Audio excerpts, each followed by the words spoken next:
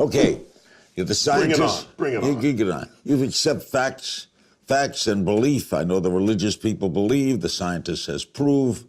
What do you believe? What do you think happens when we die? Well, so I can make some unassailable statements about what happens when you die. So you spend your life eating food. Food has a calorie content, and calorie is a source of energy. Calorie is a unit of energy. You bring it in, and then the energy is available for you to maintain your body temperature at nearly 100 degrees. It's 98.6. How do you keep something at 100 degrees when nothing else around you is? You're burning energy to sustain that, because biologically, we need to be at that temperature to function, okay? You also need energy to walk and to move. That's why you eat food. The moment you die, what happens? You don't maintain the energy. Your temperature drops. How far does it drop? To room temperature. At a funeral, in the casket, if you touch the hand of the person in the casket, your first thought is, the body's cold. No, it's not. It's room temperature. But it's cold compared to 100 degrees. They're no longer burning this energy. Okay, so now, every one of your molecules has energy within it. If you get cremated, that energy gets released in the form of heat. And you heat the air, and that air radiates to space. You get buried, which is how I want my body to be disposed of. Bury me. Bury me. Because you know why?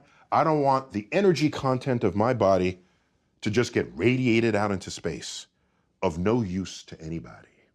Put me in the ground. Let the worms, microbes come in and out of my body. And the energy content of my body that I had assembled over my lifetime, consuming the flora and fauna of this earth, my body then returns to them. And thus is the cycle of life.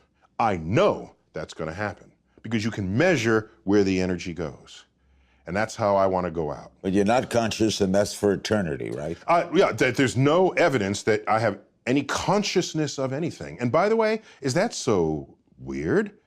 Did you have consciousness before you were born? Were you saying, how come I'm not on Earth? My gosh, I need to be on Earth. Or where am I?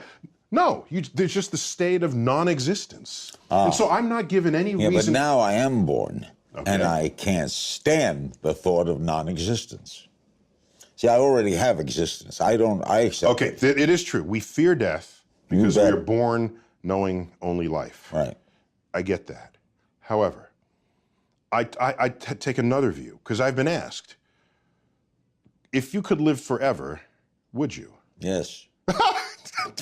Okay, we're Don't done even with the have to finish the interview. sentence. Yes. No, okay, sure, that's an attractive idea. But the way I look at it is the knowledge that I'm going to die that creates the focus that I bring to being alive. The urgency of accomplishment, the need to express love now, not later. If we live forever, why ever even get out of bed in the morning? Because you always have tomorrow. That's not the kind of life I want to lead. But why, don't you fear not being around? I fear living a life where I could have accomplished something and didn't. That's what I fear. I don't fear death. You don't fear the unknown? I love the unknown. I love the, you know what I want on my tombstone? My sister has this in her notes, because in case I can't tell anyone after I die. On my tombstone, a quote from Horace Mann, great educator. Be ashamed to die until you have scored some victory for humanity. That's what I want on my tombstone. But you don't fear or think about not being around? My great regret for not being around would be, it would be kind of cool to see my kids continue to grow. Don't you want to know that? Yeah, that'd be fun. I want to see what inventions would make life easier, what clever discoveries or innovations would arise out of the collective brainwork What do of you my think? species. What do you think when you see religious people, when you see popes or rabbis or people who fervently believe, the Billy Grahams of the world, who are sincere and wonderful people, Yeah, of course. who actually may be delusional that they're going somewhere? No, they're embedded in belief systems.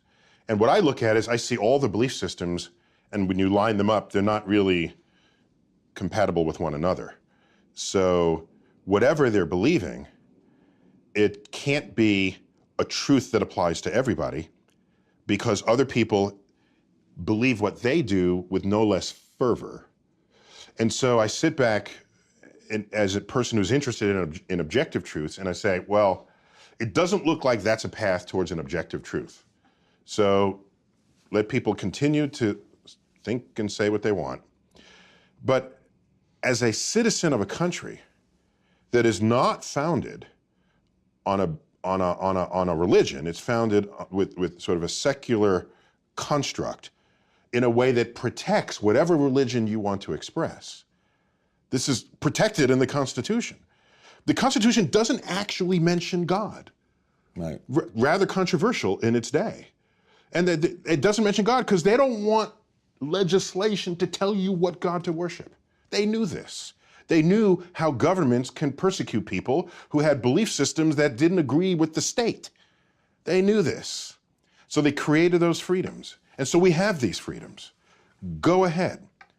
But if you're going to create legislation that has to apply to everybody, and you're now going to put your belief system into legislation, that is not a free and open democracy.